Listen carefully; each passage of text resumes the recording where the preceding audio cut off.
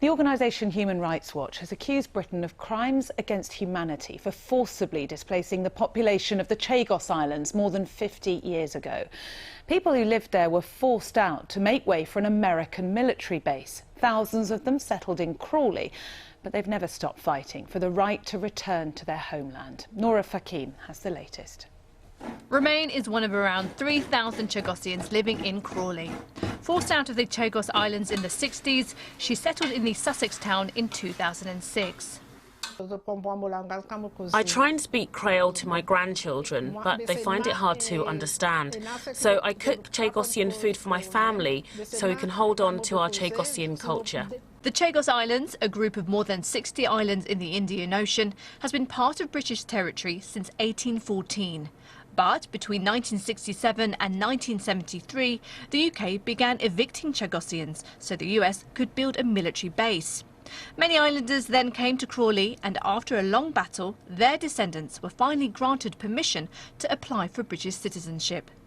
Now, in a new report, the group Human Rights Watch has accused Britain of crimes against humanity and has called for the Chagossian people to be paid reparations. One of the most significant findings of this report is that we as Human Rights Watch, we very rarely come to the conclusion that states have committed crimes against humanity. They're one of the most significant and serious international crimes that can be committed. Many from the Chagos Islands chose to settle in Crawley to join their families. The local MP says more could be done to support them here too.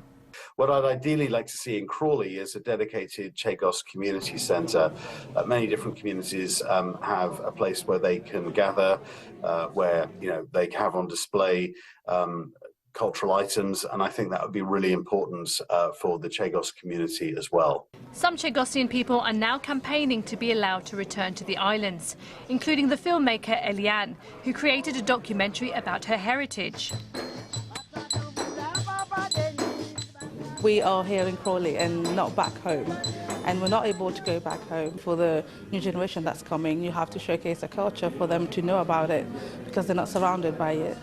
The government says it deeply regrets how the islanders were removed from their homes, but insists the military base helps keep Britain safe.